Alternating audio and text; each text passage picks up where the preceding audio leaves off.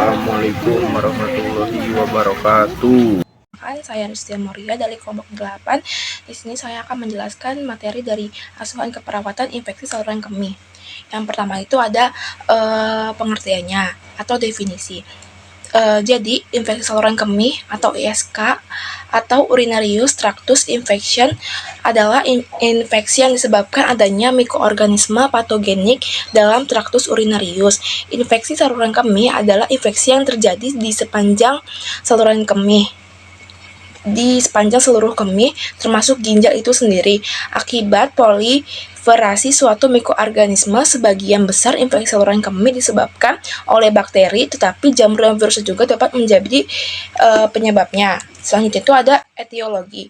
Jadi penyebab infeksi saluran kemih adalah adanya bakteri dalam urin mikroorganisme yang sering menyebabkan infeksi saluran kemih. Diantaranya ada bakteri gram negatif dan positif. Bakteri tersebut diantaranya adalah bakteri gram negatif seperti Escherichia coli dan Enterobacter dan Pseudomonas. Yang kedua itu ada bakteri gram positif seperti Staphylococcus prophyticus dan Streptococcus faecalis.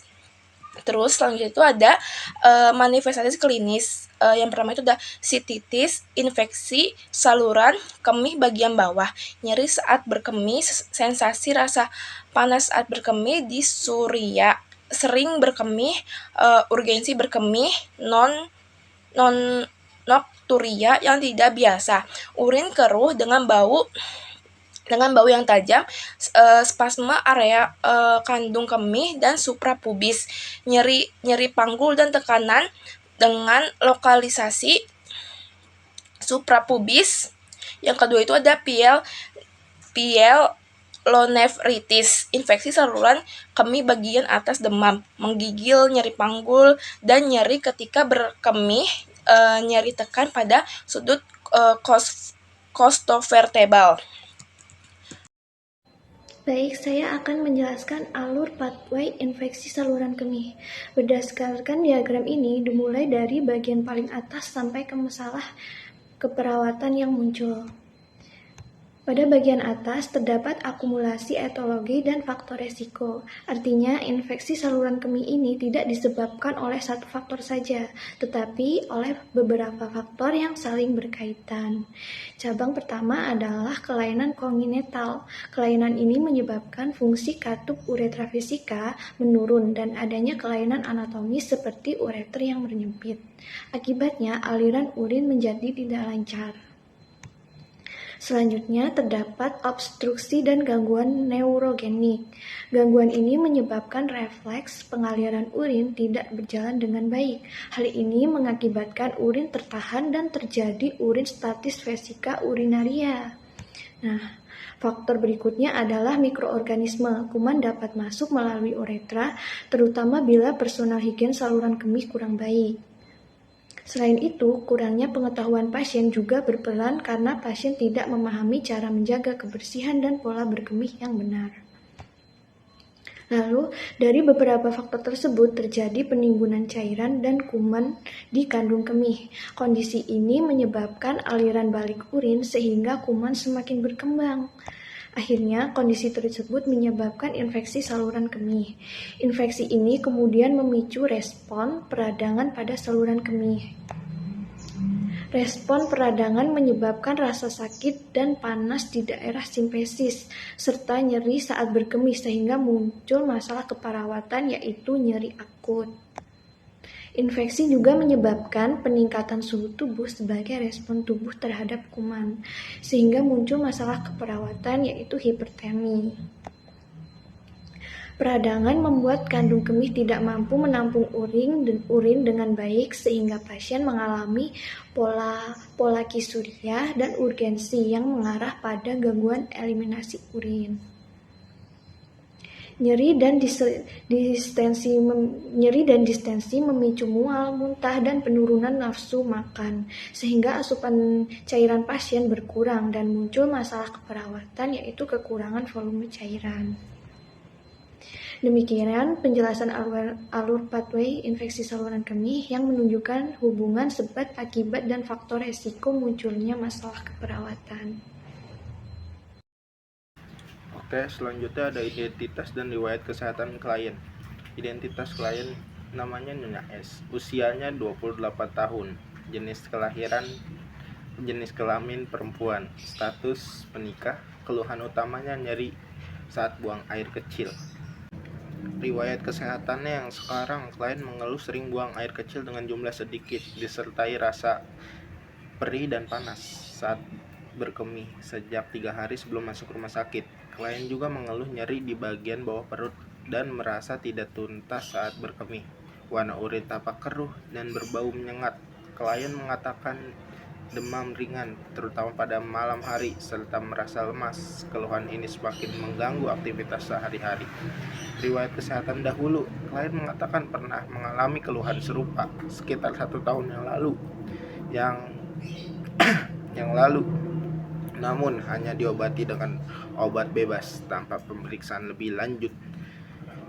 Riwayat kesehatan keluarganya, dalam keluarga klien tidak terdapat penyakit keturunan seperti diabetes, ginjal, atau hipertensi.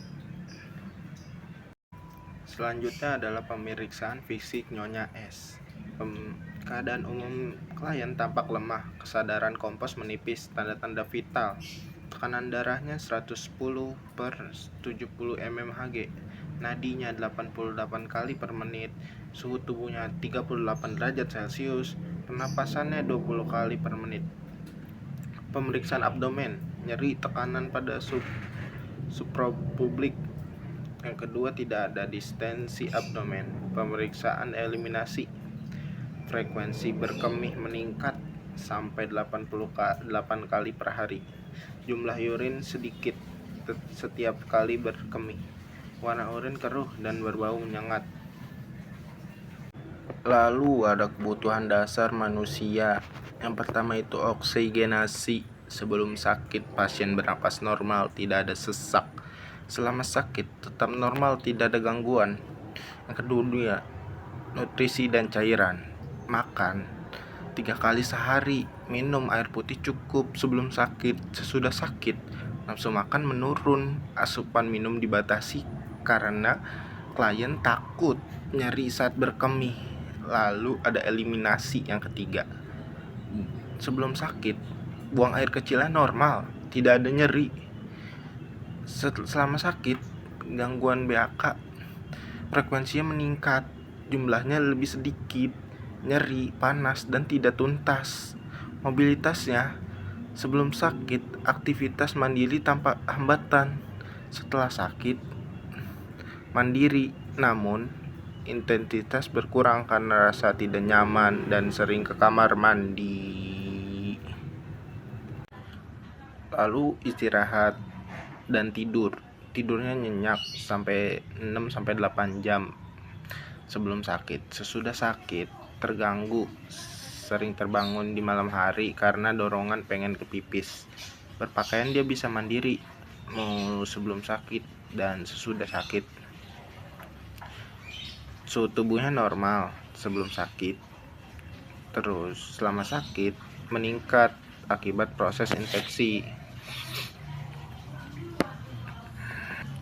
Lalu kebersihan dirinya, dia bisa mandiri sebelum sakit maupun sesudah sakit, dia bisa mandiri.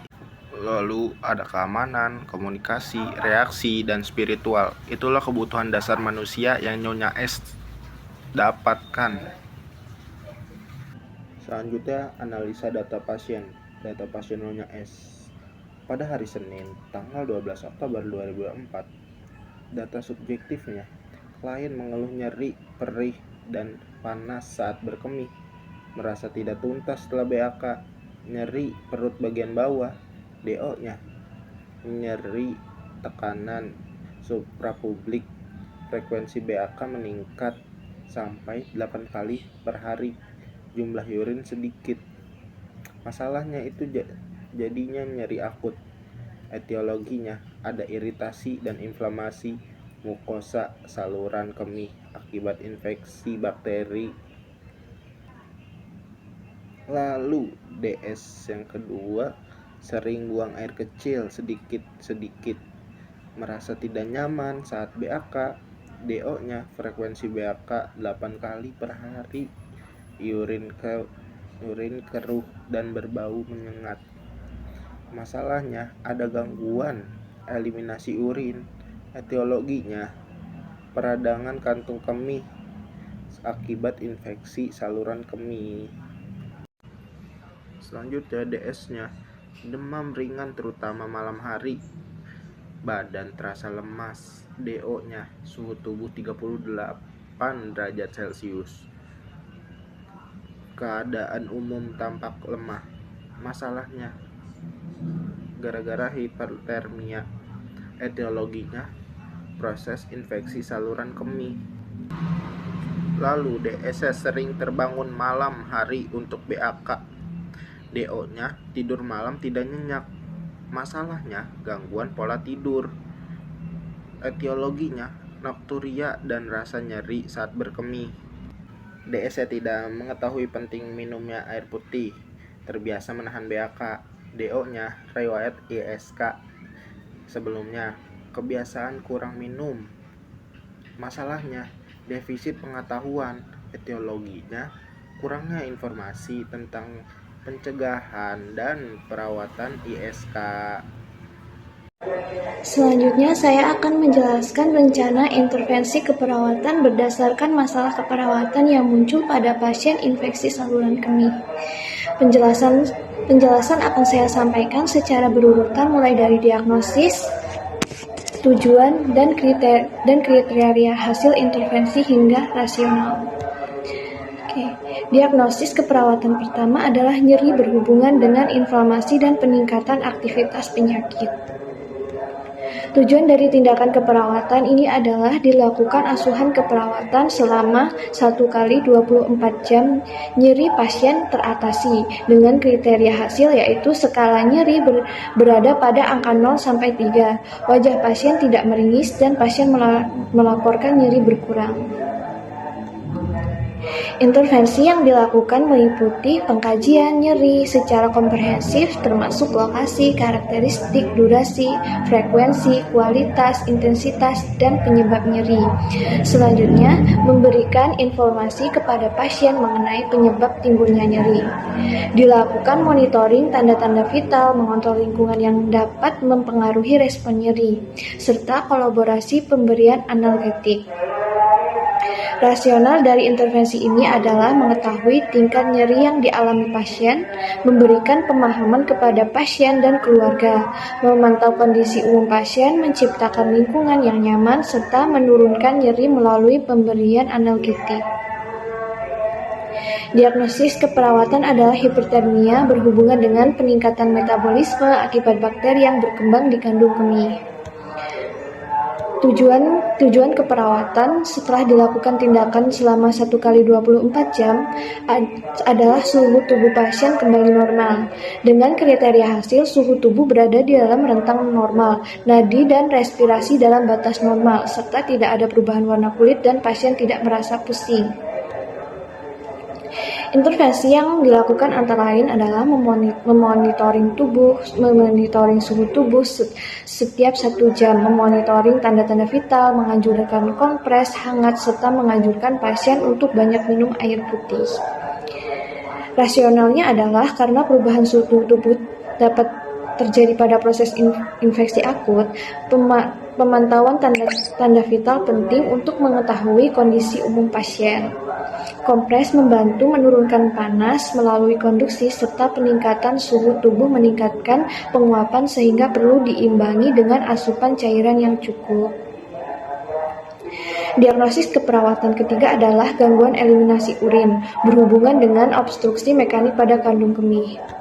Tujuan keperawatan setelah dilakukan tindakan selama 1 kali 24 jam adalah pasien mampu berkemih secara normal. Dengan kriteria hasil, pasien dapat mengontrol output setiap 4 jam, tidak terdapat tanda-tanda retensi atau inkontinensia urin, serta pasien dapat berkemih dengan rileks.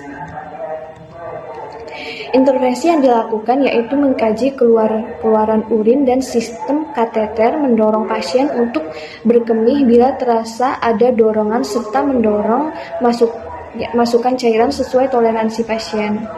Rasionalnya adalah karena retensi urin dapat terjadi akibat spasme kandung kemih, berkemih secara teratur dapat mencegah retensi urin serta mempertahankan hidrasi yang adekuat, penting untuk prevensi ginjal dan kelancaran aliran urin. Dengan intervensi keperawatan tersebut diharapkan masalah nyeri, hipertermia, dan gangguan eliminasi urin pada pasien infeksi saluran kemih teratasi secara optimal. Pada diagnosis keperawatan nomor 4 adalah pola tidur tidak efektif berhubungan dengan sering terbangun pada malam hari. Setelah dilakukan asuhan keperawatan, diharapkan pola tidur klien membaik. Kriteria keberhasilannya yaitu klien melaporkan tidur nyenyak, frekuensi terbangun pada malam hari berkurang, lama tidur meningkat. Intervensi yang dilakukan antara lain mengkaji pola tidur klien, menganjurkan klien BAK sebelum tidur, menciptakan lingkungan tidur yang tenang dan nyaman, menganjurkan teknik relaksasi sebelum tidur. Nah, intervensi tersebut dilakukan karena untuk mengetahui tingkat gangguan tidur klien, mengurangi kemungkinan terbangun pada malam hari, lingkungan yang kondusif meningkatkan kualitas tidur, relaksasi membantu mempercepat proses tidur dan membuat tidur lebih nyenyak. Dengan intervensi tersebut diharapkan kualitas tidur pasien meningkat dan kebutuhan istirahat dapat terpenuhi. Diagnosis kelima adalah defisit pengetahuan berhubungan dengan kurangnya informasi mengenai penyakit dan perawatannya. Tujuan yang ingin dicapai adalah meningkatkan pengetahuan klien. Kriterianya yaitu klien mampu menjelaskan kembali penyebab penyakit, klien mampu memahami pentingnya minum yang cukup, klien mengetahui cara mencegah kekambuhan. Intervensi yang diberikan yaitu mengkaji tingkat pengetahuan klien, memberikan edukasi tentang penyakit dan gangguan eliminasi urin, menjelaskan pentingnya tidak menahan buang air kecil, menganjurkan asupan cairan yang cukup, memberikan edukasi kepatuhan terhadap terapi, lalu mengevaluasi pemahaman klien. Rasional dari intervensi ini yaitu menentukan fokus edukasi, membantu klien memahami kondisinya, mengurangi resiko komplikasi dan kekambuhan, membantu kelancaran eliminasi urin, mendukung keberhasilan pengobatan, lalu memastikan informasi dipahami dengan benar. Dengan edukasi adekuat diharapkan klien mampu merawat diri, mencegah kekambuhan, dan mematuhi terapi. Implementasi. Jadi nama pasiennya itu NYS, usianya itu 28 tahun. Jadi diagnosanya itu nyeri akut berhubungan dengan inflamasi saluran kemih. Pada pukul 8. Implementasinya itu pengkajian intensitas, lokasi, dan karakteristik nyeri menggunakan skala nyeri. Yang kedua, diagnosanya itu ada gangguan eliminasi urin berhubungan dengan inflamasi kandung kemih. Pada pukul 08.30. Implementasinya yaitu memonitor pola BAK, frekuensi, jumlah, warna, dan bau. Yang ketiga itu hipertemia berhubungan dengan proses infeksi. Pada pukul jam 8:15. Implementasinya itu mengukur suhu tubuh setiap 4 jam dan memantau tanda vital. Yang keempat itu ada diagnosanya gangguan pola tidur berhubungan dengan nokturia pada pukul jam 9. Implementasinya itu mengkaji pola tidur dan faktor yang mengganggu.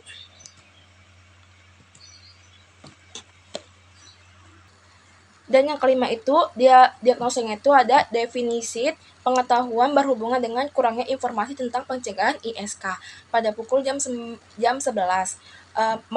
Implementasinya itu memberikan edukasi tentang penyebab ISK, cara BAK yang benar, dan pentingnya cairan.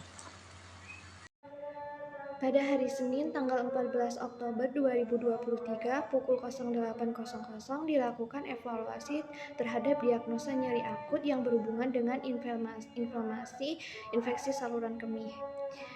Hasil evaluasi menunjukkan intensitas nyeri yang awalnya skala 6 turun menjadi skala 3. Klien juga tampak lebih nyaman terutama pada saat posisi setengah duduk.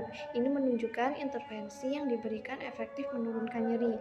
Pada diagnosa gangguan eliminasi urin, evaluasi dilakukan pada pukul 08.30, didapatkan frekuensi BAK sebanyak 8 kali per hari, urin yang awalnya keruh menjadi sedikit berkurang kekeruhannya, dan klien merasa lebih nyaman saat berkemih, artinya terdapat perbaikan fungsi eliminasi urin. Pada diagnosa hipertermia dilakukan pada pukul 08.15, suhu tubuh klien yang awalnya 38 derajat Celcius turun menjadi 37,5 derajat Celcius. Setelah dilakukan kompres dan istirahat, serta tidak ada menggigil, ini menunjukkan intervensi berhasil menurunkan suhu tubuh. Pada diagnosa gangguan pola tidur, evaluasi dilakukan pada pukul 21.00. Klien mampu tidur 4-5 jam tanpa perlu sering terbangun untuk ke kamar mandi. Artinya kualitas tidur klien mulai membaik. Untuk diagnosa defisit pengetahuan, evaluasi dilakukan pada pukul 11.00. Klien sudah mampu menjelaskan cara BAK yang benar dan pentingnya minum cukup air. Ini menunjukkan tujuan edukasi tercapai. Dari tabel evaluasi ini dapat disimpulkan bahwa sebagian besar tujuan keperawatan tercapai. Intervensi yang diberikan efektif karena terbukti menurunkan nyeri, memperbaiki eliminasi urin, menurunkan suhu tubuh, memperbaiki pola tidur, dan meningkatkan pengetahuan klien. Pada hasil pengkajian asuhan keperawatan pada klien dengan infeksi saluran kemih atau ISK menunjukkan bahwa pengkajian yang dilakukan secara sistematis sangat penting. Dengan pengkajian yang baik, kita dapat mengidentifikasi masalah keperawatan klien secara tepat. Selanjutnya, implementasi tindakan keperawatan yang sesuai standar berperan besar dalam mengurangi gejala, meningkatkan kenyamanan, serta mendukung proses penyembuhan klien. Evaluasi juga perlu dilakukan secara berkala untuk menilai apakah intervensi yang sudah diberikan efektif serta menentukan kebutuhan asuhan lanjutan. Selain itu, edukasi kesehatan menjadi bagian penting. Dengan edukasi diharapkan klien mampu memiliki pemahaman yang baik tentang pencegahan ISK dan mampu berperan aktif dalam menjaga kesehatan dirinya.